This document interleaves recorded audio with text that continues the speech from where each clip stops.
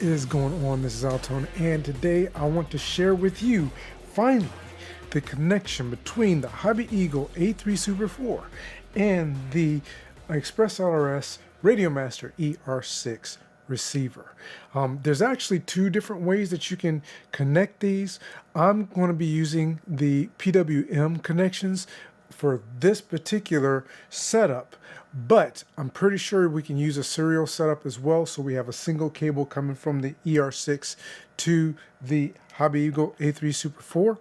I haven't set that part up yet, so look out for that in a future video. If I can get it to work, I will make sure that I put that out there, because then that will free up your channels on your receiver to be able to use for other functions, and which will make the ER6 absolutely my primary receiver for every build that I'm going to do in the future, even some of the more complicated stuff that I plan on doing. Now again, this is all about and all for beginners. If you happen to be a beginner and you're building your own model aircraft out of foam, whether that be FT Tutor like I have, or any of the flight test series planes, or any other foam built plane design, or any design of your own, even if you happen to be getting into balsa, which I don't plan on doing myself, then I want to be able to show you the easiest way to be able to jump in there and get your receiver set up and get a gyro in there to make your experience a little bit easier when it comes to learning how to fly, because I think a gyro will actually help with that. So I'm warning you up front, this is going to be a rather long video. So let's jump into the configuration, how I got everything set up here.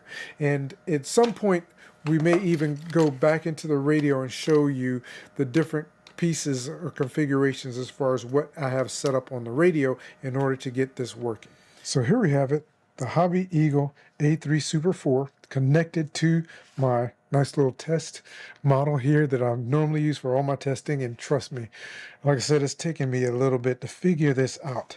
So we have the A3 Super4 connected here, and of course we have my ExpressLRS ER6 RadioMaster receiver here, and it's all wired up. I used the included wiring in order to connect it to the ER6. So you have one wire that runs to your ailerons, elevator, and rudder here. The throttle's running directly to the receiver, and then you have my serial connection is actually sending a mode signal from my RadioMaster TX16S that I have sitting on the side over here. And of course, I still have my flaps configured. They're going directly into the ER6. And we also have our voltage being read from the ER6 into our battery voltage into the RadioMaster as well through the telemetry. And so everything is wired up here. It is working perfectly, and I'm going to share this with you and show you a couple of things that were issues for me. First of all, I had such a time and a half trying to figure out how to get this to work, primarily because the ER6 only has 6 channels on it, and I wanted to maintain my flaps, because in the future, or most likely on a plane that I'm using like flaps or lights and other functions on, I'll be using an ER8 for. But I wanted to use the ER6 because many of my planes are going to have lights on them. They're not going to have flaps, but they will have lights on them. So channel 6 here will probably be to control the lights on the plane itself. And then channel 5, which is your arming channel, is actually going to be used to switch the different modes of the A3 Super4. So go up to 6 modes on this guy, but I'm only using 3 because, again, this is essentially for beginners, and I wanted to find a gyro for beginners that you could put in a plane that's going to do a great job for you. So let's talk about it. You see, I still have the Spectrum sitting on the side that I'm no longer using, which I'm going to be getting rid of here very soon. So first of all, we have, again, our ailerons, elevator, and our rudder connected through the included cable into the AER here on the Hobbyeagle A3 Super4. And then we have our signal cable coming off of channel 5 directly into serial RXM here on the A3 Super4. Now, Since all we essentially have, we have our ailerons are connected via a Y adapter, so they're actually using only a single channel. So that works out great for me, the way I have it set up. Even my flaps are actually on a single channel, but we're not worrying about flaps for the A3 Super 4. So what we have for outs, I actually have the outs set up the same way I would normally have them set up for a regular on my receiver. So out 1 is aileron, out 2 is elevator, out 3 would be my throttle, but it's not connected. Out 4 is my rudder. And it is all connected and they're all working perfectly. Had a little bit of problem getting them working perfectly before, but it's because there's just things I didn't understand. I was having some issue. And again, this is the reason why I'm doing this video. And that's, I mean, it's really basically it. The only thing that you need to know is that the ER6 on channel 5 is pretty much an ARM channel.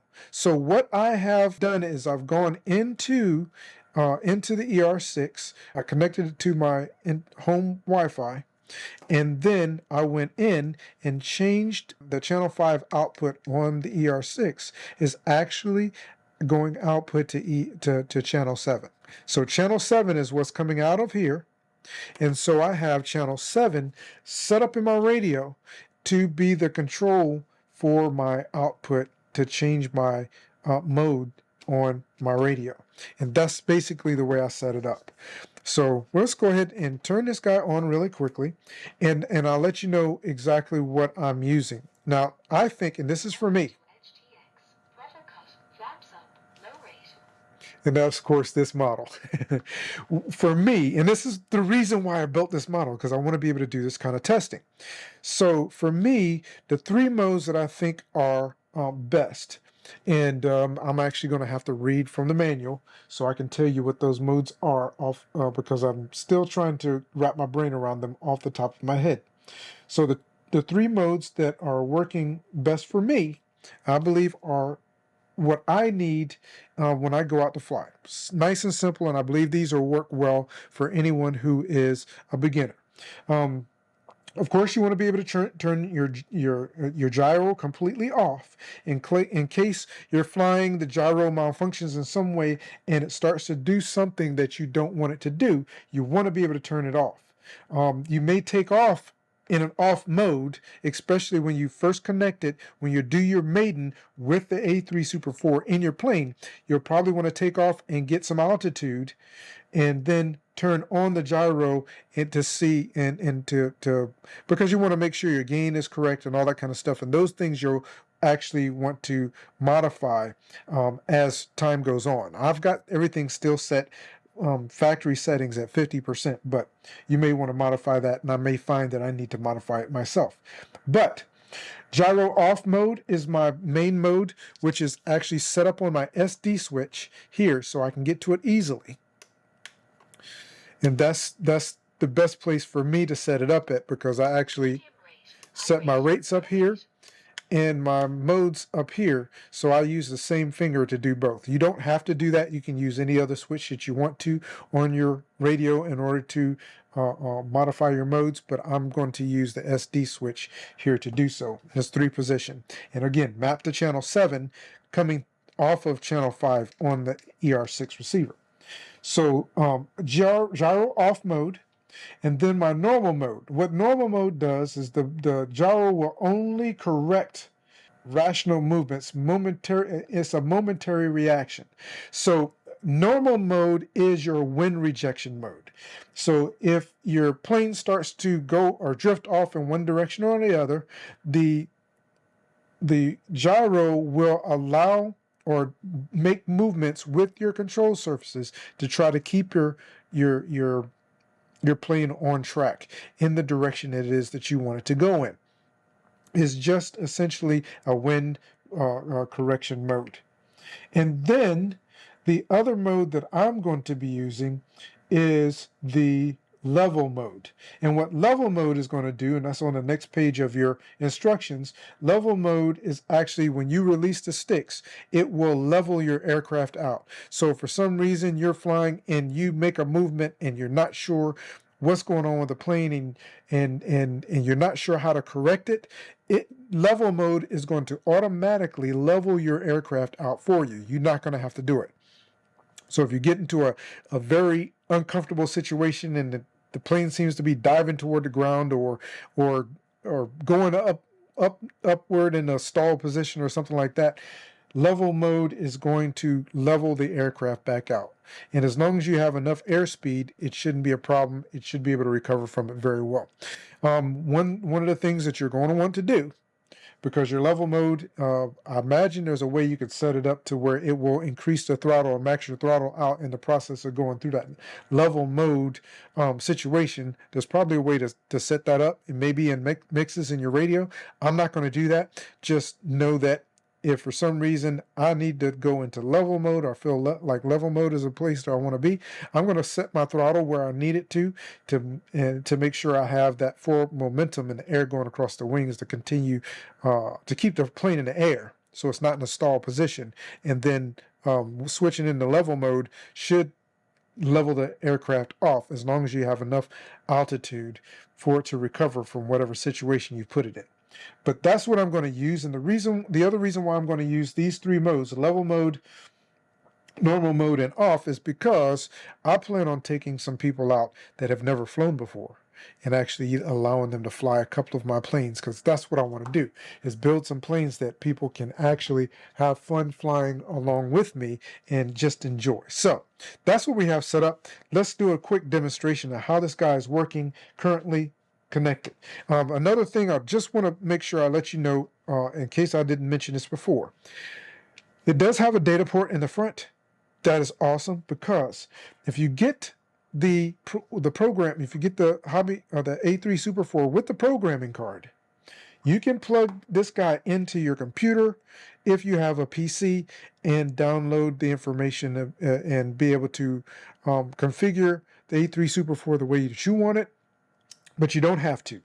You can use the programming card in the field with the included cable that it comes with, plug into it, and program it in the way that you want it to function and be able to continue to fly. So if you want to make changes to your gains, you can do that here. You can actually set your gains up on a switcher on your radio if you want to, but you will need to have an additional channel open on your receiver. So in that case, if you want to set your gains up along with a couple of other things, you probably want to go with like an ER6 to give you a couple of more channels to play around with. But you can do that.